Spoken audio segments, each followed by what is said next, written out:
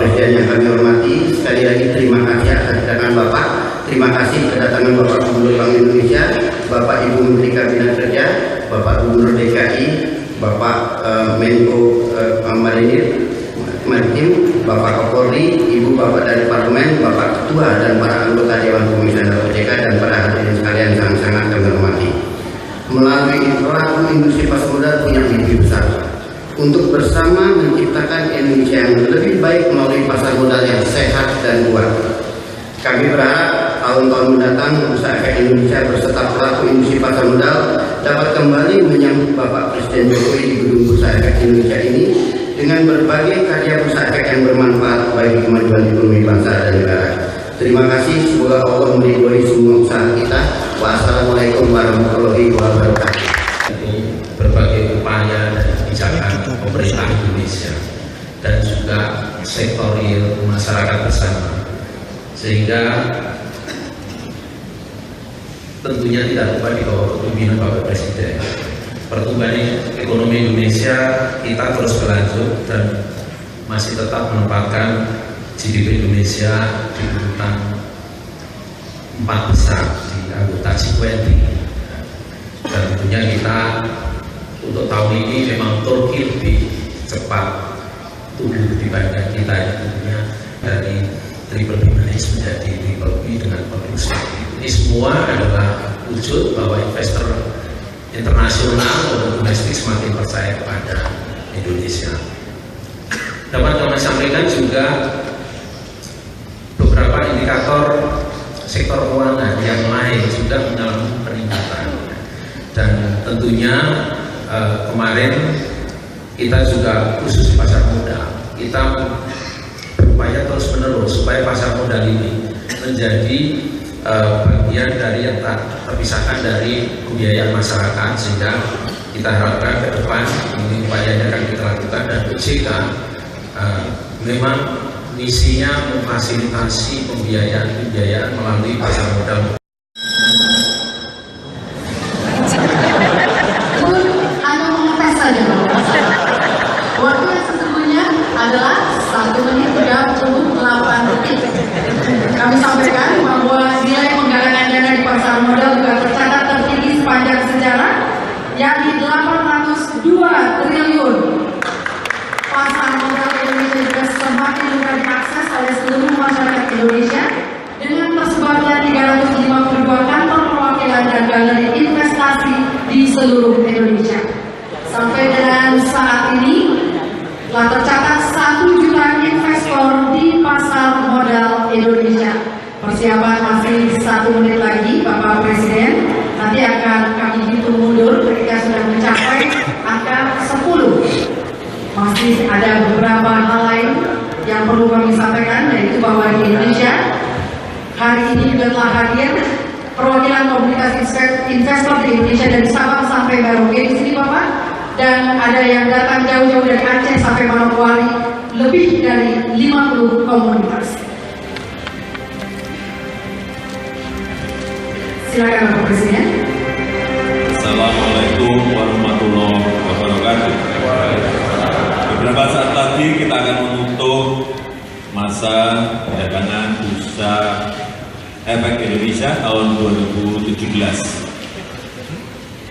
Sebelum penutupan perdagangan Bursa Efek Indonesia tahun 2017 ini, atas nama pemerintah saya memberikan penghargaan dan apresiasi yang tinggi kepada segenap pelaku dan otoritas pasar modal Indonesia yang telah menunjukkan dedikasi dan motivasi yang tinggi dalam memajukan perekonomian nasional dan pasar modal Indonesia selama tahun 2017. Selanjutnya, dengan mengucap Alhamdulillahirabbil alamin, dengan ini perdagangan Bursa Efek Indonesia tahun 2017 secara resmi ditutup.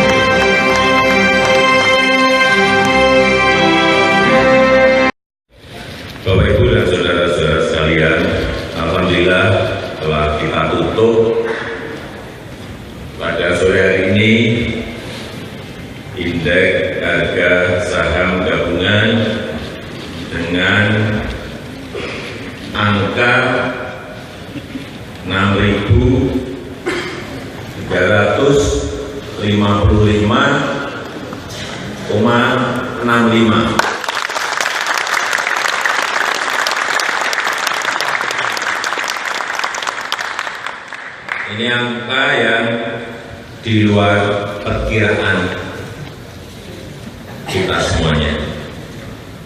Dulu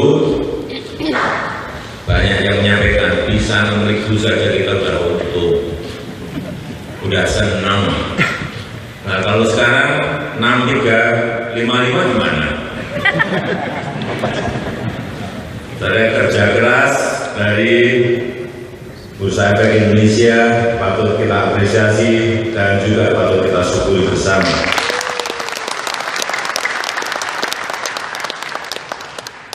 Kalau kita lihat 12 bulan terakhir tahun 2017, hampir semua resiko yang di awal tahun kita wanti-wanti akan meledak, ternyata bisa kita lewati dengan baik semuanya. Kita ini senang kalau ada kabar-kabar yang mengkhawatirkan, menikmati, terus menjadikan kita pesimis. Ini yang dari dulu saya paling nggak senang ini. Angka-angkanya tadi sudah disampaikan baik oleh Pak Dirut Bursa maupun oleh Bapak Ketua OJK, jelas semuanya. Kenapa momentum yang sangat bagus ini tidak digunakan secepat-cepatnya dan sebaik-baiknya? Dulu tahun 2015 ngomongnya wait and see karena ada pilkada. Tahun 2016 ada lagi pilkada wait and see lagi. Tahun 2017 ada pilkada wait and see. Tahun depan ada pilkada lagi kan wait and see. Tahun depannya lagi ada pilpres wait and see. Kita mau seperti itu terus, udahlah. Yang politik silakan politik, yang ekonomi kita garap bersama-sama urusan ekonomi.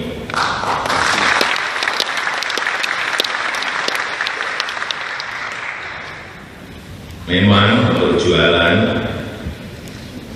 untuk dapat lebih banyak klik di situs internet, lebih seru, lebih asik.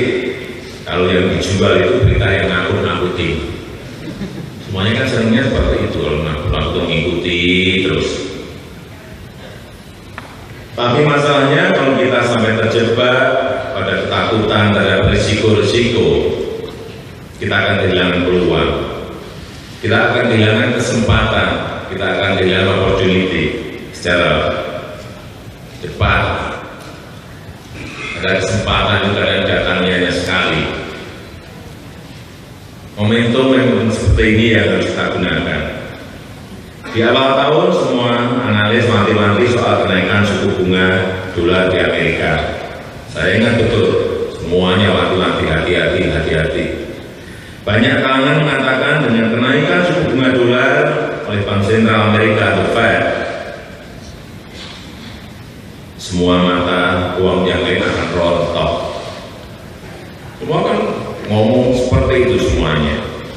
Kemudian banyak kalangan khawatir karena adanya stimulus fiskal besar-besaran oleh Presiden Amerika terpilih, Presiden Trump.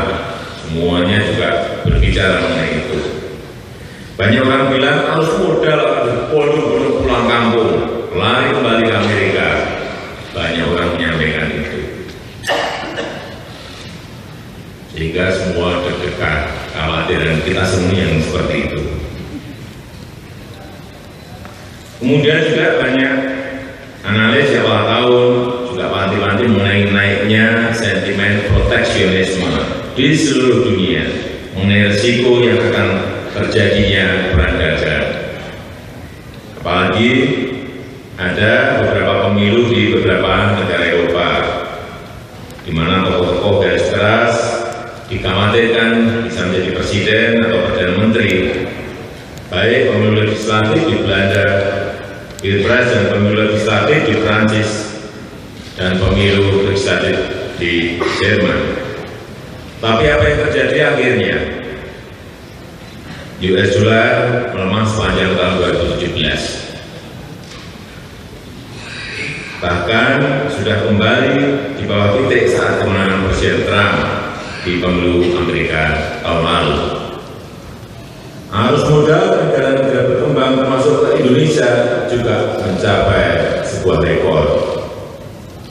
Jangan lupa hal seperti ini. Yang terpilih di Eropa malah pemimpin-pemimpin yang sudah ada terpilih kembali. Bahkan di Perancis yang terpilih adalah tokoh reformis, yaitu Presiden Emmanuel Macron. Ekspor negara-negara berkembang khususnya di Asia malah melonjak. Tahun 2017 adalah tahun di mana laju pertumbuhan perdagangan dunia kembali di atas laju pertumbuhan ekonomi dunia. Untuk pertama kalinya dalam 7 tahun.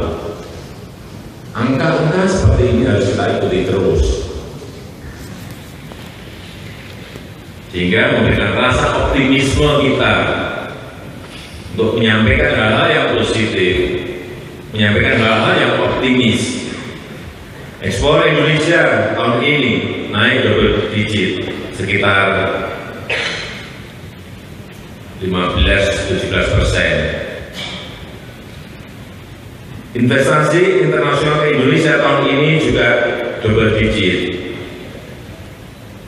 di sekitar 13-14%. Juga angka yang sangat baik. Tadi sudah disampaikan oleh Bapak Ketua OJK, sovereign rating Indonesia mendapatkan upgrade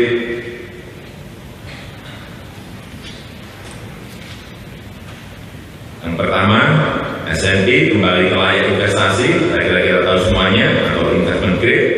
Kemudian yang terakhir dari Fitch Rating juga triple B minus menjadi triple B. Ini juga sangat bagus. Saya kira hal yang optimis ini harus terus disampaikan. Jangan yang nggak baik terus disampaikan, enggak. Agar ada keseimbangan dan yang kita inginkan, rasa optimisme, sehingga menanamkan modal itu menjadi sebuah semangat kita semuanya. Coba kita bayangkan, andai kata di awal tahun, karena kita ketakutan menghadapi risiko-risiko yang digambarkan tadi, kemudian semua saham, semua properti kita jual, kita hanya pegang cash. Berapa keuntungan yang hilang? Berapa keuntungan kita yang gagal?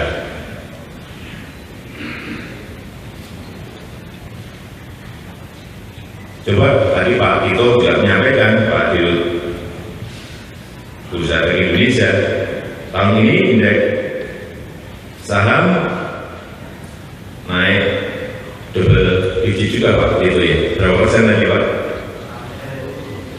20%. Ini kan juga angka yang tidak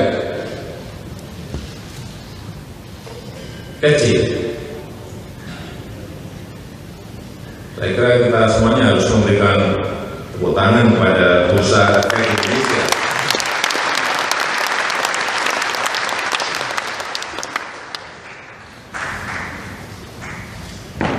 Jadi kalau kita jual semua saham kita di awal tahun karena khawatir tadi supaya aman pegang cash, ya